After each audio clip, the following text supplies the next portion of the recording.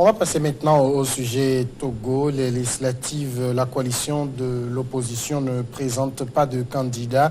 La principale coalition de l'opposition au Togo ne présentera pas de candidat aux élections législatives du 20 décembre prochain et appelle à de nouvelles manifestations. Ça, on en parlera en seconde partie. La Cour constitutionnelle a validé déjà les listes de 12 partis dont aucun des 14 partis membres de la coalition à l'origine de manifestations qui secouent le pays depuis plus d'un an, et 17 autres listes provenant de candidats indépendants selon les décisions rendues par la Cour constitutionnelle. La campagne électorale va démarrer le 4 décembre prochain. Georges Hérault, on suppose que votre parti est candidat à cette élection législative, c'est ça? Oui, nous sommes candidats à ces élections législatives de décembre prochain. Vous savez, nous, à Clé, nous sommes républicains et nous devons participer aux élections. Et nous avons analysé les choses, la situation sociopolitique au Togo depuis l'année passée, le 19 août 2017. Et nous savons aussi qu'il faudrait les élections pour que définitivement ceux qui ont fini leur mandat depuis juillet, je crois, et qu'on puisse les changer pour qu'il y ait une nouvelle Assemblée nationale. Et donc, comme nous l'avons vu dans ce pays, il n'y a que deux partis qui se querellent. C'est le parti au pouvoir, le parti de l'opposition. Et donc, le parti au pouvoir est la C14. Et donc, ils sont passés au dialogue. Et au 31 juillet, la CEDEAO a sorti une feuille de route nous exhortant aux élections en décembre prochain. Et donc, avec les réformes et ses consorts. Et l'une des recommandations, c'est l'élection de décembre, du 20 décembre. Mais est-ce que Clé, votre parti, c'est Cercle des leaders émergents, est-ce que le parti est content de participer à des élections dans les conditions actuelles qui sont dénoncées par la coalition des 14? En fait, nous analysons, comme je l'avais dit, nous sommes en train d'analyser ce que aujourd'hui nous avons comme acquis, ce que nous avons en termes de processus électoral nous permet pour le moment de dire que nous pouvons aller. Cela veut dire que... C'est-à-dire quoi? C'est-à-dire que, vous savez, aujourd'hui, nous avons la chance que au début du processus électoral, nous avons les experts de la CEDEAO qui accompagnent la CENI, qui vont auditer le fichier électoral. Ils vont rendre leurs conclusions par rapport à ce qu'ils ont vu. Nous avons la chance qu'aujourd'hui, il y a la CEDEAO qui a les yeux regardant dans notre politique ou bien dans notre processus électoral. Et donc, nous, à Clé... C'est des gages pour vous, c'est déjà des gages, si ce n'est pas à 100%, c'est déjà des gages qui nous permettent de dire que c'est promettant. Mais déjà, votre parti se déchire parce qu'on a vu une lettre de démission signée de votre secrétaire général adjoint, si je ne m'abuse. Ah, ok, d'accord. Exactement, parce que moi aussi, je l'ai constaté sur les réseaux sociaux, sur Facebook, qu'un certain Peter Afadodan et secrétaire général, bon, aujourd'hui, nous pouvons parler de ex-secrétaire général de Clé, qui volontairement a quitté le parti depuis plus de 2 ans. Et il a quitté le parti, non, il a quitté le pays, il est à Conakry, il travaille là-bas. Est-ce qu'il a démissionné du parti? Il n'a pas démissionné officiellement, mais c'est quelqu'un qui n'intervient plus dans la vie du parti. Depuis plus de 2 ans, un parti politique qu'on n'anime pas. Vous savez, quand vous lisez pratiquement les statuts des partis politiques, ça se repose sur le secrétaire général. C'est le secrétaire général qui organise les choses efficacement. Et quand on a lu son inquiétude, c'est qu'on l'avait appelé parce que son nom ne se figure pas sur les listes que Clé a présentées. Donc, Clé a présenté des listes, il est à Conakry, on ne peut pas le présenter. 2, c'est que aller aux élections n'est pas décision d'un seul jour. Ouais. Il faut mûrir les décisions. Par exemple, depuis le mois de juin, que sortaient des communiqués. Je passe ici, je crois, j'ai passé plusieurs fois ici sur cette antenne. Nous faisons des communiqués sur les radios de la place.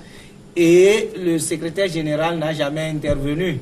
Et si vous avez, je voudrais rappeler ceci, si vous avez quelque chose contre votre parti ou bien il y a une décision, ce n'est pas sur les réseaux sociaux que ça se règle. Cela veut dire qu'il a une intention qui est cachée. D'accord, là on vous laisse la latitude de penser ainsi. Et c'est déjà voué à l'échec parce que les Togolais, ils ont compris. D'accord. Basile Agbo, le SEC des leaders émergents est candidat à cette élection que boycotte, il faut l'appeler comme ça, boycotte la coalition des 14. Chèque des leaders émergents, on suppose un parti d'opposition, ça fait deux voix discordantes, c'est ça? Est-ce qu'on peut parler de deux voix discordantes? Enfin, je ne le dis pas de cette façon. Dans le processus de boycott, je veux dire. Non. Est-ce que Clé est membre de la C14? Non, je ne crois pas. C'est-à-dire que... Non, mais de l'opposition. De l'opposition, oui, mais pas membre de la C14. Ce que moi je peux dire ici, c'est que il est vrai qu'à un moment donné, nous avons assisté, nous assistons à une bipolarisation de la vie politique du pays. D'un côté, l'UNIR et de l'autre, la C14. Et tout donne l'impression comme s'il n'y a que 15 partis politiques au Togo. Il n'y a que l'UNIR et non. Et il faut quand même que nous nous rendons à l'évidence que les partis politiques au Togo, il y en a plus de 100 et quelques 106 ou bien 100, je ne sais combien. Et il ne faudrait pas que le Togo soit bipolarisé politiquement parlant. Et donc c'est vrai que l'opposition de la C14 n'y va pas, mais il y a des partis qui se réclament également de l'opposition qui ne sont pas dans le même sillage que ce que la C14 est en train de penser. Je suis en train d'assister ainsi à ce que nous avions eu dans ce pays en 98-99, où l'opposition, ou bien beaucoup de partis d'opposition, ont refusé de participer à une législative. Et pendant beaucoup de discussions, et le général Yadema, je me rappelle à l'époque, les choses avaient commencé. On avait même lancé la campagne. Quand le général Yadema est intervenu pour demander à ce qu'on fasse un repos et que les partis de l'opposition qui veulent encore participer ont encore la possibilité de présenter des candidatures. J'étais encore enseignant à l'époque. Puis bon, j'ai assisté à ce refus où l'opposition a toujours refusé de se présenter et la campagne a continué et on a fait des élections dans ce pays où le RPT a occupé complètement donc la législature, l'Assemblée nationale. Et ce qui s'est passé, c'est passé. Et c'est à cela que je suis en train d'assister encore en 2018. Vous voyez? Donc ça veut dire que nous devons réfléchir beaucoup plus mûrement pour savoir quelles sont les positions à tenir pour que ce que nous voulons de notre pays, nous puissions l'avoir. Parce que ce qui est sûr aujourd'hui, la C14 boycotte, mais les élections, ce que nous sommes en train de voir, les élections législatives auront lieu. Puisque tout est maintenant en marche, la CENI a déjà invité les candidats à positionner sur le bulletin. Et donc tous les partis sont maintenant sur le starting block pour démarrer la campagne. Et donc je me dis que les élections auront lieu et la C14 pourra peut-être constater les dégâts, mais notre pays, est-ce que nous sommes sortis de l'ornière? Je ne sais pas. Ça me fait un peu mal qu'on en soit arrivé là, mais je crois que la situation ne pouvait pas ne pas être celle-là. Parce que je me rappelle que par plusieurs fois, on a tenté donc de mettre les cordes ensemble, mais ça n'a pas marché. Et donc, le gouvernement se voit aujourd'hui dans l'obligation de lancer les élections législatives. Et bon, je crois que ça aura lieu. Et advienne que pourra, on verra ce que ça va donner. Rodrigue Aego, que la coalition ne présente pas de candidat, est-ce qu'il faut dire simplement que c'est quelque chose de normal ou bien ça entache un peu le processus électoral? Avant de répondre à cette question, moi je tiens plutôt à féliciter la coalition pour son objectivité. Parce que il n'y a pas question de transhumance ici. Ou son objectivité parce qu'à un moment donné, il était question d'attendre jusqu'à la fin pour voir s'il n'y aura pas de parti membre de la C14 qui aille faire cavalier seul pour déposer candidature. Donc, on n'a pas assisté à ça, ce qui veut dire que les gens sont dans un rôle précis, très objectif et très déterminés, très engagés à avancer avec leur position. Vous savez, c'est dommage que sur le communiqué final du 53e sommet de la CEDEAO, les gens n'ont eu qu'à lire 20 décembre. Si on aime son pays, on ne doit pas pouvoir lire sur ce document que 20 décembre. Parce qu'avant 20 décembre, il y a eu un souci. Avant d'ailleurs que le dialogue ne soit initié, il y a eu un souci. Le souci était qu'en août 2017, les populations togolaises sont sorties pour exiger deux choses. Le retour de la Constitution de 1992, le vote de la diaspora. Après, il y a eu un appel du 20 août 2017 qui a conduit à la mise en place de la coalition des 14 partis politiques.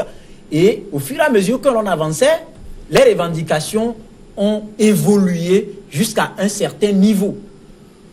Et quand on considère que les populations réclament les réformes constitutionnelles, institutionnelles et électorales, et qu'au dialogue, il est où les acteurs sont arrivés à un niveau où sur un document, il y a ces réformes-là et les élections.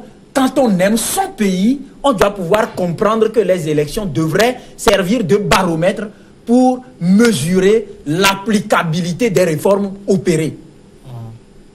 On ne peut pas être obsédé par des élections qui ne vont rien régler quant aux revendications du peuple porté par la coalition togolaise, la coalition des 14 partis politiques. Alors, à qui la faute alors? La faute, je voudrais reprendre la citation d'un homme politique qui a fait la maison, je veux parler du RPT hier, unir à un moment donné, et qui a toujours soutenu que si la volonté de faire est là, on n'a même pas besoin de 3 jours pour faire les réformes dans ce pays, parce que tout se fera en une journée ou en l'intervalle de quelques heures. C'est qu'il n'y a jamais eu de volonté. De part et d'autre? Sinon, de part et d'autre, non, je ne le pense pas. Vous savez, à un moment donné, on peut parler de radicalisme au niveau d'une certaine opposition. Mais aujourd'hui, est-ce qu'il y a radicalisme? Non. Parce que les gens ont tellement fait de concessions qui a amené d'ailleurs l'expert sénégalais à, sur la base de plus de 42 articles que les gens voulaient qu'on relise dans la Constitution sodomisée pour que ça reprenne l'allure de la Constitution originelle de 92, que l'expert ne touche qu'à 3 articles, je veux parler des articles 59, 60 et 100, et que les gens se disent, nous sommes favorables, allons-y. Et quand vous prenez tout le théâtre qui se joue autour, on ne peut pas être républicain et penser qu'en allant faire du suivisme, participer à des élections alambiquées qui ne vont qu'entrejamber les réalités pour, comment dirais-je, corser la crise qu'il y a, que c'est un choix politique. Pour moi, ça doit être une erreur politique, une grave erreur politique. Georges Hérault, vous êtes interpellé là. Vous savez, il est facile d'employer des mots et voulant ridiculiser son prochain. Il ne s'agit pas de ridiculiser. Sans faire au moins cette rétrospection pour voir ses erreurs. Je voudrais dire quelque chose très simplement. Et Monsieur Agbo, je crois, l'a souligné, qu'il y a plus de 100 quelque chose partis politiques au Togo. Et que à un moment donné, il y a certains qui se disent qu'ils ont le peuple de leur côté. Je n'en dis qu'on vient pas, je ne voudrais pas même en venir là-bas. Et que, par exemple, nous, à Clé, peut-être que nous avons aussi des idées et que nous avons quelques militants. D'ailleurs, nous sommes la première force extra-parlementaire en 2013. Ça veut dire beaucoup de choses.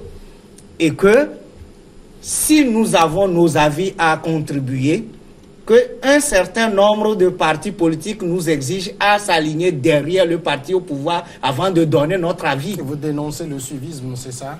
Non, Non, c'est c'est-à-dire, lui. vous dites, nous n'allons pas suivre, c'est ça. Nous n'allons pas suivre, mais là, vous allez dans. par exemple, si on comprend ce que dit, je voudrais vous entrez dire. dans on va marquer la pause. Il est déjà la mi-heure. On marque la pause et on revient tout de suite.